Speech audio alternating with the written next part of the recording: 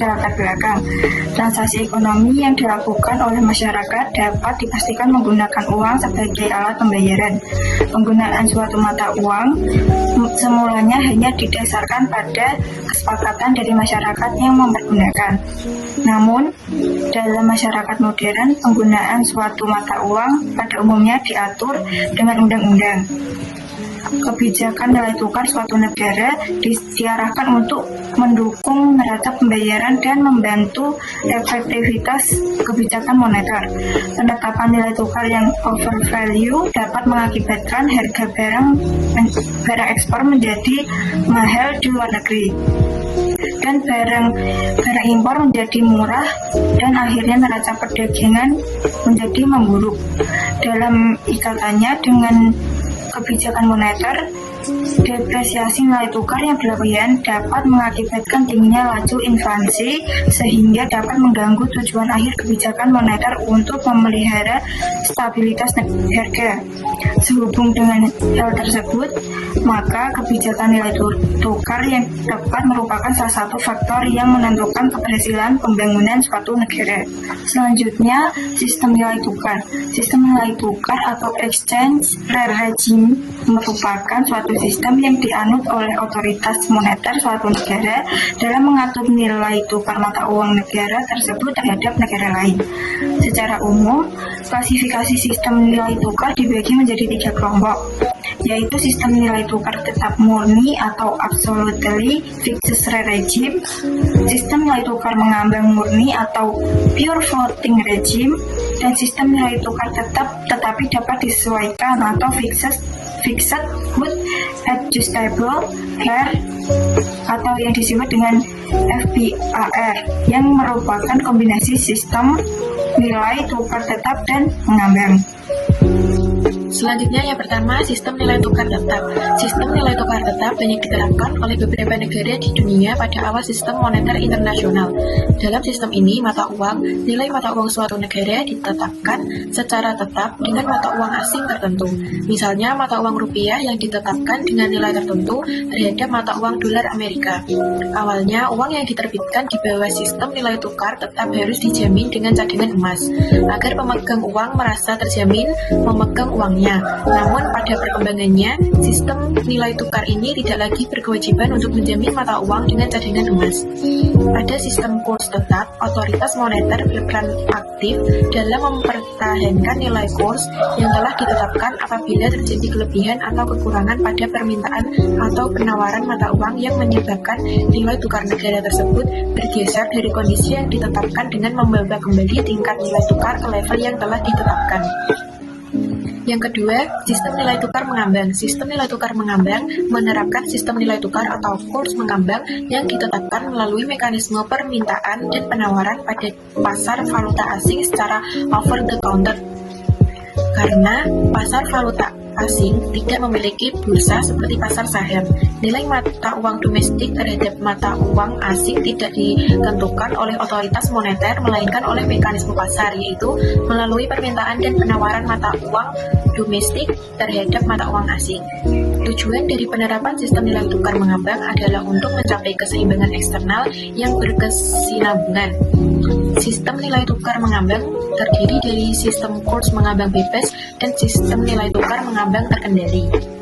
Selanjutnya, penentuan nilai tukar. Pasar yang sering dijumpai dalam perdagangan, khususnya perdagangan internasional, ialah pasar valuta asing atau biasa disebut pasar falas. Dalam pasar ini, banyak penjual dan pembeli yang berasal dari produk homogen. Artinya, kehadiran mereka relatif kecil dibanding seluruh pasar sehingga tidak akan mempengaruhi secara signifikan terhadap nilai tukar di pasaran.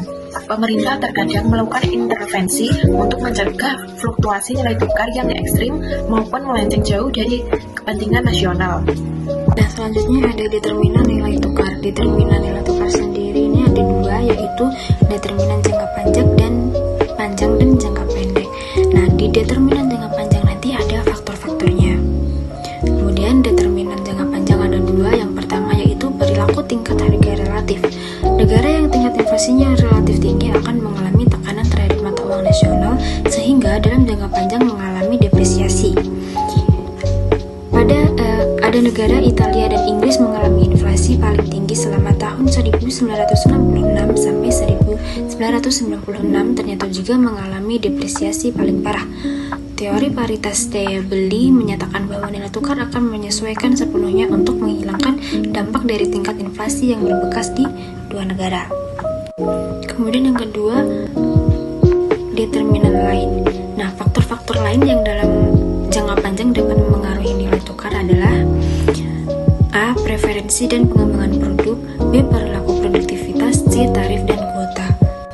Kemudian yang kedua, determinan jangka pendek.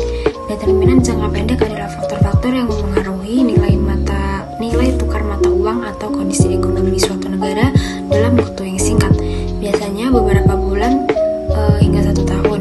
Faktor-faktor ini bersifat dinamis dan mudah berubah, seperti tingkat suku bunga, ekspektasi pasar, kestabilan politik, inflasi, arus perdagangan, intervensi bank sentral, dan sentimen global.